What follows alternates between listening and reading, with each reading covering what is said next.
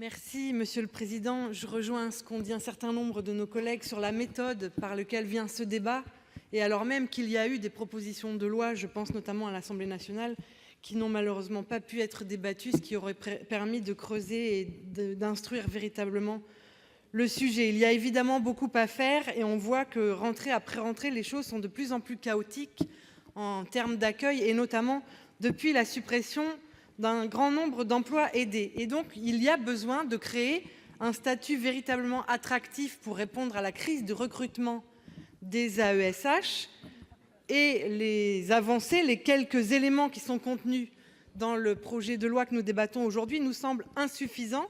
2 fois 3 ans avant une éventuelle CDIsation, c'est insuffisant et ça met particulièrement en colère des AVS ou des AESH qui sont déjà en emploi depuis bien longtemps et qui vivent mal, qu'on considère qu'ils doivent encore faire leurs preuves.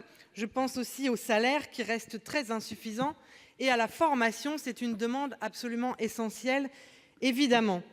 Je pense aussi qu'à travers ce projet de loi, on assiste à une inversion de la logique qui fait que désormais, ce serait la mutualisation des accompagnements qui serait la règle à laquelle on dérogerait éventuellement pour un accompagnement individualisé. Il nous semble que la règle de l'individualisation et de la notification et de l'accompagnement doivent être la règle parce que l'accompagnement doit d'abord répondre aux besoins de l'enfant avant de répondre à ceux de l'institution. Ça nous semble absolument essentiel au plan du droit humain.